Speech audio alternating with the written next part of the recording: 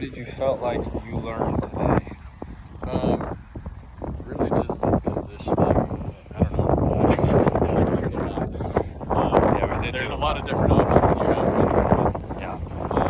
Whether it's fall back in the stance, lower, where it rolls out, versus front in stance, a little bit higher and it doesn't roll as far. And then just hand positioning as far as keeping your hands forward and back as well. Okay, so when we moved the hands back, what did that do to the trajectory of the ball? Hands back typically made it go higher. Yeah, because we're adding more loft and we're just using the bounce. Because when you originally started, you were very hands forward, which has that dig to it.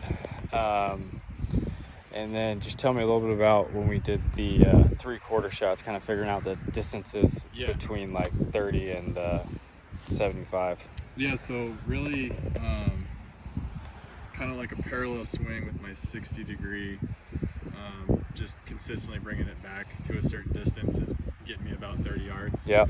And then moving back and doing, I guess, a 3/4 swing with the 60 degrees getting me 50, 55. Yeah, we said about 50, 55, yep. And then same exact swing with my 54 is getting me about 70, 75 or 75, 80. Yeah, so now you have a shot from 30, 35, which landed 30, 35, and then you have a 50 to 55 yard shot, and I have a 70, 75 yard shot.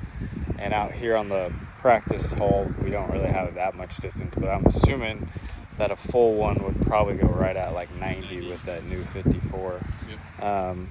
Could you tell the difference in the spin with the new grooves? Yeah. It's a little stickier on the green. Yeah, definitely had a little bit more spin. And then we also talked about using, just as another option, the pitching wedge. How did you feel about that one? Yeah, I think that'll come into play with more room to work with on the green, just because it is going to roll out further. Or like you said, if it's a real windy day or something, you want to keep it low. So. Yeah. So when you do practice short game, that's kind of what I would practice you to do, is hit like 3 chips from one area and do 3 different trajectories, maybe with one club, and then switch it and use a different club, just so you can get used to hitting a low one, a high one, and a low, a medium, and a high one, just so you can have those different types of shots. And then out of the rough, I think you chipped really well when we moved the hands back. So that's one I would definitely do.